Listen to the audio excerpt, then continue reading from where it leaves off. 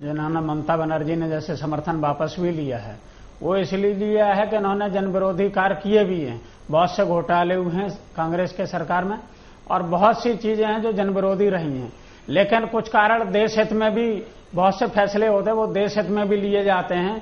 कहीं ऐसा ना हो कि जो हमने कहा कि सांप्रदायिक शक्तियां हावी ना हो जाएं, उससे भी देश को बचाना बहुत जरूरी है। लेकिन राघवेंद्र जी, आपको ये बात तो माननी होगी, आपके मैनिफेस्टो में आपने बहुत सारे ऐसे वायदे किए हैं जिसके लिए बजट की आपको बहुत ज्यादा आवश्यकता है। अभी 93,000 करोड़ का बजट राष्ट्रपति का समर्थन करने पे आपको मिल चुका है। क्या ये वजह मानी जाए कि आप इस वजह से केंद्र सरकार को समर्थन दे रहे हैं?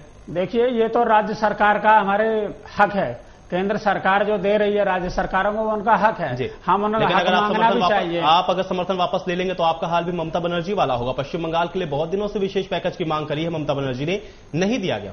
नहीं, ऐसा है, हम तो अपना हक जो हमारा है वो जरूर उत्तर प्रदेश को मिलेगा, क्योंकि हमें उत्तर प्रदेश को उत्तम प्रदेश बनाना है और यहाँ की जो हमारा हक है वो जरूर केंद्र से लेना हमारा। चलिए दीपक जी, आप बात सुन रहे राघवेंद्र जी की, कितना सहमत है आप इनकी बात से? आपको नहीं लग रहा कि सभी पार्टियां बस सिर्फ राजनीति कर रही हैं, आम जनता के जो मुद्दे हैं कहीं पीछे छूट रहे हैं? देखिए, जहां तक समाजवादी पार्टी का तरफ से मैं कहना चाहूंगा कि समाजवादी पार्टी समर्थन इसलिए नहीं दे रही केंद्र सरकार को कि कोई उसे काम निकलवाना है, क्योंकि मुझे ऐसा लगता है कि समाजवादी पार्टी समर्थन दे या ना दे, इससे केंद्र सरकार को कोई फर्क पड़ने वाला नहीं है। क्योंकि जब तक मायावती जी का समर्थन जारी रहेगा, समाजवादी पार्टी को उसकी कोई फायदा नहीं होगा उसका समर्थन वापसी की बात करने का। इसलिए समर्थन दे रहे हैं, इसलिए समर्थन दे रखा है, क्योंकि आज की डेट में जिस तरह के राजनीतिक हालात हैं, आज समाजवादी पार्टी की उत्तर प्रदेश के अंदर सरकार है, आज अगर मध्यवर्ती चुनाव होते हैं तो उसका सबसे ज्यादा फायदा समाजवादी पार्टी को मिलेगा और उसका नुकसान मायावती जी को होगा। मायावती जी इस बात को समझती है कि अगर मध्यवर्ती चुनाव होता है तो नुकसान कहीं ना कहीं बसपा का होगा और सपा का फायदा होगा, तो इसीलिए वो समर्थन वापसी नहीं कर रही है। और कहीं ना कहीं ये सरकार अब चल रही है आज की डेट में ममता बनर्जी के बाद, वो मायावती के ही मायावती और समाजवादी पार्टी दोनों के ऊपर डिपेंडेंट है। लेकिन सवाल यह है कि आखिर पहल कौन करे? राघवेंद्र जी, दीपक जी की बात सुन रहे हैं, कितना आप समर्थन देते हैं इनकी बात को? देखिए, जो दीपक जी कह रहे हैं, मैं कह रहा हूं कि जो चाहे मध्यावधि चुनाव हो जाए या फिर उसके बाद 2014 में चुनाव हो, समाजवादी पार्टी आगे आएगी।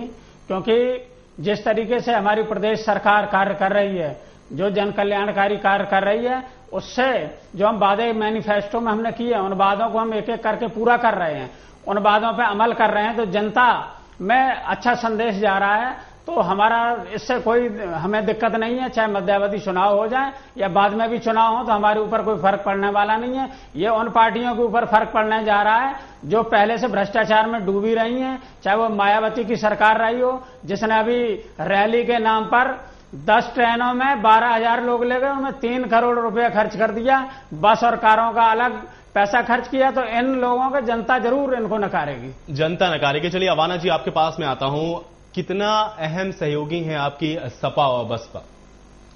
देश हित में हम देश की सरकार चला रहे हैं और बसपा स्वतंत्र है अपना समर्थन देने के लिए और वापस लेने के लिए। इसी तरह सपा अपना समर्थन देने के लिए और वापस लेने के लिए स्वतंत्र है। लेकिन जो जनहित में कार्य देश की सरकार कर रही है, देश की सरकार ने जो कार्य, आवाना जी किस जनहित के कार्य की आप बात कर रहे हैं? देखिए, आपकी जो सहयोगी पार्टियां हैं, चाहे टीएमसी की बात करिए वो बाहर हो चुकी हैं, एम करुणानिधि डीएमके की अगर आप बात करते हैं, वो खुद ये बात कह रहे हैं कि अगर ममता बनर्जी अविश्वास प्रस्ताव लाती है तो वो उसका समर्थन करेंगे। आज शरद पवार ये बात बोल रहे हैं कि मध्यावधि चुनाव हो सकते हैं। आपकी जो सहयोगी पार्टियां हैं वो खुद आपके साथ नहीं है, और सपा बसपा जो आपको बाहर से समर्थन दे रही हैं वो भी ये कह रही है कि आपकी जन विरोधी नीतियां हैं।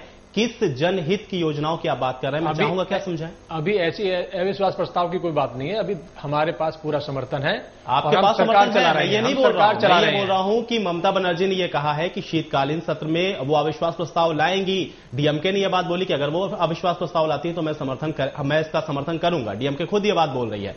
सपा बसपा आपको आंखें तरे रहे हैं, आप अपनी सहयोगी कोई साथ नहीं लेकर चल पा रहे हैं। ये कैसे माना जाए कि जनहित की जो आपकी योजना है वो जनहितकारी? आयुष जी, वो क्षेत्रीय पार्टियां हैं, अपना अपना सबका इंटरेस्ट है। उत्तर प्रदेश में या बसपा की सरकार हो, अपना पार्टी चलाने का अपना रास्ता है जी।